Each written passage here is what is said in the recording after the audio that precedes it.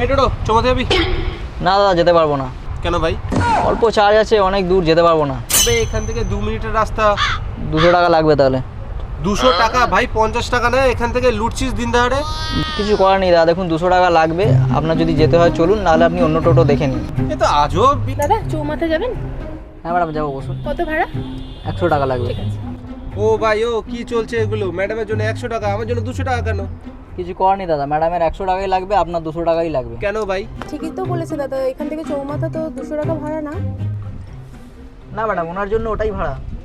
আমি মানে কি, এটা কি আলাদা রেট চলছে নাকি? ছেলেদের জন্য আলাদা, মেয়েদের জন্য আলাদা? আচ্ছা ম্যাডাম, আপনি বলুন, এখান থেকে চৌমাথা 200 টাকা ভাড়া হয় কখনো? হ্যাঁ দাদা, তাহলে এত টাকা কেন নিচ্ছেন? হ্যাঁ হ্যাঁ, চলে যা চলে যা, উত্তর তো নেই কোনো। হ্যাঁ, আয়না দিয়ে মেয়েদের দেখবি, সব বুঝি না নাকি? উত্তর চাই আপনার। হ্যাঁ, আপনি আমাকে কি বলেছিলেন? চৌমাথা যাবি কিনা? এইভাবে বলেননি। আপনি কি বলেছিলেন এক্স্যাক্টলি বলুন? কি বলেছিলাম? চৌমাথা যাবি কিছু তো। আপনি বলেছিলেন ওই চৌমাথা যাবি। আর ম্যাডাম আমাকে কি বললেন? ম্যাডাম বললেন দাদা চৌমাথা যাবেন। দুটো কি এক হলো? কথা বলার একটা ধরন হয়। আমি নিজের টাকায় টোটো কিনেছি, কষ্ট করে মেহনত করে ইনকাম করছি। আপনি কি আমাকে এইভাবে বলতে পারেন? এটা কি একটা কথা বলার ধরন হলো? চলুন ম্যাডাম।